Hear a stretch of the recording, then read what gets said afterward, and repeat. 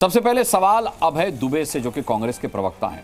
अभय जी, ये बिल सामने आते ही सबसे ज्यादा जो हो हंगामा कर रही है वो कांग्रेस कर रही है। कर्नाटक के एक सांसद महोदय, उन्होंने भी 2 तारीख को एक्स पर पोस्ट किया था, मैं भी पढ़ रहा था। तो कांग्रेस शुरू से ये कह रही है कि उनकी असहमतियों को तवज्जो नहीं दी गई। आज खड़गे साहब ने साफ तौर पर कहा कि कुछ असहमतियों को एडिट कर दिया गया या कुछ को रखा ही नहीं गया है।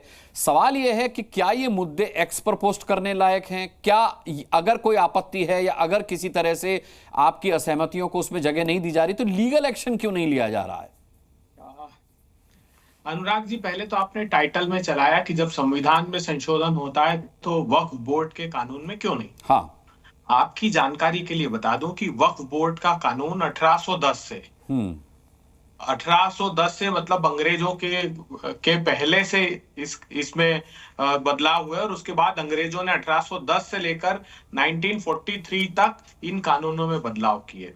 उसके बाद 1954 में आजाद भारत में वक्फ बोर्ड का कानून आया, उसमें संशोधन 1995 में किया। फिर सच्चर कमेटी की रिकमेंडेशन को एकोमोडेट करने के लिए 10 में सिफारिशें हुई और 2013 में उसको कंप्यूटराइजेशन के साथ उसकी संपत्तियों के विशेष प्रबंधन को लेकर संशोधन हुआ। तो ऐसा नहीं कि संशोधन नहीं हुआ, लेकिन इतिहास साक्षी है, इतने लंबे वक्त तक इसमें संशोधन हुए लेकिन किसी एक व्यक्ति को तकलीफ नहीं हुई। अगर अकलियत अपने हकों की लड़ाई प्रतिपक्षी दल के सांसदों के माध्यम से 12 सांसदों ने लंबे डिसेंट नोट दिए, तो क्या उनको एकोमोडेट करना सरकार की जिम्मेदारी नहीं थी? अमित शाह साहब ने कहा कि हमें हमारी सरकार को कोई तकलीफ नहीं, तो फिर साहब ऐसा कानून भाई वो कह रहे हैं संसदीय कार्य प्रणाली का अनुसरण करते हुए आप जो भी आपत्ति है, जो भी अपनी बात है वो दर्ज कराइए।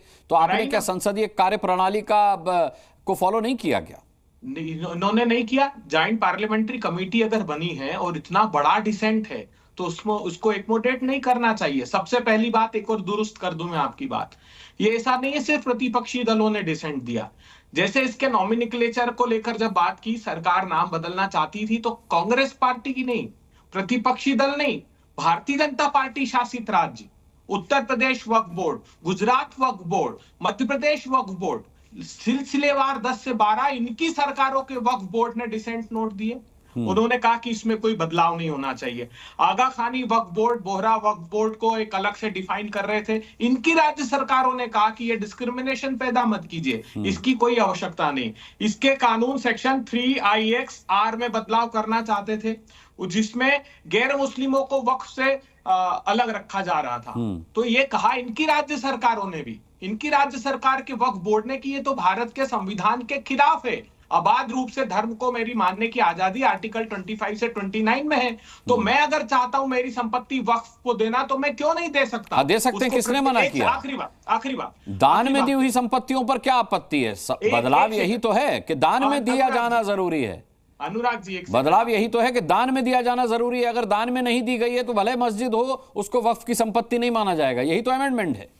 अरे साहब, आपको वही तो कह रहा हूं, क्या है? अच्छा बता दीजिए फिर आप। जो मैं सेक्शन 3IX(R) में बदलाव की बात कह रहा हूं, वो ही प्रतिबंधित करता है कि अनुराग मुस्कान नहीं दान दे सकते, जबकि पहले प्रोविजन था कि अगर गैर मुस्लिम भी डोनेट करना चाहता है तो करे। दूसरा 107 को ओमिट कर दिया, जिसमें एडवर्स पोजीशन के कानून को इसमें नहीं मान्यता थी। उन्होंने कहा वक्फ मतलब वक्फ ही रहेगा। अगर अनुराग मुस्कान ने उस पर कब्जा कर लिया है, 12 वर्ष तक अगर वो कब्जेदार है, तो एडवर्स पोजीशन में वो मालिक हो जाएगा। उससे प्रतिबंधित किया था, उसको हटा दिया। जो सर्वे कमिश्नर है उसकी जगह कलेक्टर। ऐसे बदलाव किए कि शासन, भारतीय जनता पार्टी उनके हक और अधिकारों पर डाका डाल अवैध तरीके से कब्जा करना चाहता है। के शर्मा से जवाब किया तो इसमें क्या गलत किया? ठीक है, के शर्मा से जवाब लेते हैं। के शर्मा जी, बहुत सारी आपत्तियां हैं और एक सबसे बड़ी आपत्ति यह है कि विपक्ष के जो भी असहमतियां थी उसे या तो एडिट किया गया है या डिलीट किया गया है। देखिए अनुराग जी, पहली बात तो मैं बताऊं कि विपक्ष का काम ही है आरोप लगाना, चिल्लाना। नहीं, लेकिन ये गंभीर आरोप है के शर्मा जी, गंभीर आरोप तो सौंपा। मैं बताता हूं, सुनिए तो सर, मैं बता रहा हूं ना, ये गंभीर आरोप तो हर समय होते हैं अनुराग जी। अभी अभय दुबे ने स्वयं कहा कि ये ऐसा कोई कानून नहीं जिस पे बदलाव नहीं।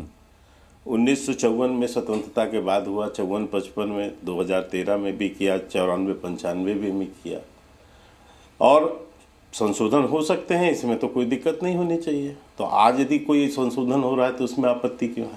पहली बात कि आप उस बिल को छू ही नहीं सकते, जैसा इनकी भाषा है।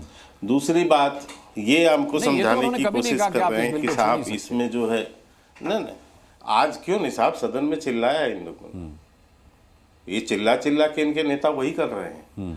दूसरी बात, मैं आपको एक इतिहास भी दिखाता हूँ। जब ओबीसी को आरक्षण का इशू आया तो यही कांग्रेस पार्टी सदन के अंदर चिल्ला चिल्ला के इस ओबीसी आरक्षण बिल का विरोध कर रही थी, जो पिछड़ा आयोग वाला बिल था। आज इनकी हालत क्या है? आज ये उल्टा वापस लौटे और अब उस बिल के समर्थन में वहां तक जा रहे हैं जहां तक जाने की आवश्यकता नहीं। आज सबसे बड़े चैंपियन बने हुए। जब हमने ट्रिपल तलाक का बिल लाया तो क्या समर्थन किए? नहीं किए। जब कश्मीर को हमने मिलाने की बात की, जम्मू कश्मीर में धारा 370 को समाप्त करने की, तो ये तो सदन के अंदर ऐसे चिल्ला रहे थे, ऐसे पागल हुए जा रहे थे, बेल में नाचने लगे थे। तो इसके बाद अब शांत हैं, अब उनको सही लगता है। तो ये विपक्ष का काम ही है, ये वो विपक्ष नहीं है, सकारात्मक सोच के साथ नहीं है। इनका काम है कि हम वोट बैंक की राजनीति को तुष्टीकरण के लिए, अपने तुष्टीकरण की राजनीति के लिए हम कितने भी नीचे गिर सकते हैं, और उसका प्रदर्शन ये करते रहे हैं, और वो आज भी कर रहे हैं। आपने ठीक है, जेपीसी बनी, 38 मीटिंगें हुई, 286 संस्थाओं के उसमें सलाह आए, 286 संस्थाओं ने पार्टिसिपेट किया, 112 घंटे का चर्चा हुआ उसमें। उसके बाद एक रिपोर्ट तैयार हुई, वो रिपोर्ट आज जो है पार्लियामेंट में रखी गई है। अब उस पर चर्चा होनी है। अब आपको जो कुछ भी कहना है वहां भी कहने का पूरा अवसर है आपको। आप उस पर क्यों बाधा बन रहे हैं? आप अपनी बात कहिएगा सदन के अंदर। बिल पेश हुआ है, आज आप वॉकआउट करना, ये रिपोर्ट फर्जी है। मुझे आश्चर्य, मल्लिकार्जुन खड़गे जैसा व्यक्ति, इतने सीनियर व्यक्ति, वो जेपीसी की रिपोर्ट को फर्जी रिपोर्ट बता रहे, जिसमें सांसद इन्वॉल्व है, जिसमें सारा मंत्रालय इन्वॉल्व है। मुझे आश्चर्य है कि जिस ढंग से जेपीसी की मिनट्स में भी, मीटिंग में भी ये किस तरह से व्यवहार कर रहे थे। ठीक बात है, ठीक बात है। मैं अभय दुबे आपसे तो किसी और गेस्ट के पास जाने से पहले आपका काउंटर लेना चाहूंगा इस पर। आपको नहीं, मुझे बोल लीजिए। दूसरी बात, ये सरासर झूठ बोलना कि इन्होंने विरोध किया जी, उन्होंने विरोध किया जी, उन्होंने विरोध किया। भैया, हम सरकार है, हमें मैंडेट है, हमारे पास, हमको जनता ने ये जनादेश भी दिया है। आपने 2013 के बिल में इस वक्फ बोर्ड में क्या डिसीजन किया? आपने कहा कि यदि कोई वक्फ बोर्ड ये कह दे कि ये जमीन मेरी है, कोई दावा कर दे, तो आप कोर्ट तक नहीं जा सकते जनाब। आप कोर्ट में भी उसकी सुनवाई नहीं होगी। आपको वक्फ बोर्ड का जो पैनल है पर ही मामला खत्म हो जाता था, अब आप हाई कोर्ट तक जा सकते हैं। राजस्व अधिकारी भी नहीं देख सकता। ठीक है, के शर्मा जी, समय की कमी है, मेहमान और भी हैं। भाई ये बताइए अभय दुबे, ये हालात किए। अंतिम बात कह रहा हूं, हाँ। जाते जाते कम से कम इसी दिल्ली के अंदर 150 से ज्यादा प्रॉपर्टीज मनमोहन सिंह ने चुनाव आचार संहिता लगने के महज 1-2 घंटे पहले साइन करके ये वक्फ बोर्ड को दे दिया। ठीक है। अब सवाल ये है अभय दुबे जी कि आप रिपोर्ट को फर्जी बताते हैं, लेकिन सदन में जहां आपको बहस करना चाहिए उसका आप बहिष्कार कर देते हैं और फिर एक्स पर आकर पोस्ट लिखते हैं। अनुराग मुस्कान जी, मेरे विद्वान और काबिल साथी के शर्मा जी ने भारतीय जनता पार्टी के असली चरित्र को आपके चैनल पर बता दिया। बस इस सरकार को भी उतनी ही जानकारी है जितनी के शर्मा जी को है। इसके मेरिट पर मैंने क्लॉज वाइज बताया कि इसके मेरिट होल्डर हो, तभी जनता ने रोड पे खड़ा कर दिया है। मैंने क्लॉज, जनता ने रोड पे खड़ा कर रखा है आपको, क्योंकि आप पीएचडी होल्डर हो कानून के। मैं तो बीच में बोला नहीं। हाँ ठीक है, उनको बात खत्म करने दीजिए, बाकी मेहमान भी हैं, समय कम। आपने मुझे व्यक्तिगत बोला, आपने मुझे व्यक्तिगत बोला इसलिए बोल दिया मैंने बात। नहीं, आपने मुझे व्यक्तिगत बोला इसलिए जवाब दिया मैंने आपको। चलिए सेक्शन 108 नहीं, काबिल दोस्तों ने कहा इतनी जानकारी है, वो मेरी जानकारी पे प्रश्न उठा रहे थे, इसलिए मैंने उनको बता दिया कि इतना बड़े पीएचडी होल्डर हो तो रोड पे रखा है जनता ने आपको। अनुराग जी, चलिए आप इनको बुला लीजिए, इनको मेरिट पर तो बात नहीं, बोलिए अभय जी, बोलिए, बात खत्म कीजिए। भाई फर्जी क्यों नहीं? मैं मेरिट में ही कर रहा हूँ। जो आप जैसे मैं झूठ नहीं बोलता, मैं फर्जीवाड़ा नहीं करता। अच्छा ठीक है, बात खत्म हो जाने दीजिए के आप शर्मा जी, बताओ अभय जी की बात खत्म होने कौन दीजिए। से भाजपा स्टेट ने इसका विरोध किया है? आप बताइए किस भाजपा स्टेट ने विरोध किया है? आप बताइए। उत्तर प्रदेश वक्फ बोर्ड ने, गुजरात के वक्फ बोर्ड ने, मध्य प्रदेश के वक्फ बोर्ड ने, पढ़िए तो सही। आप दिखाओ कागज कहां क्या विरोध कर दिया इसका।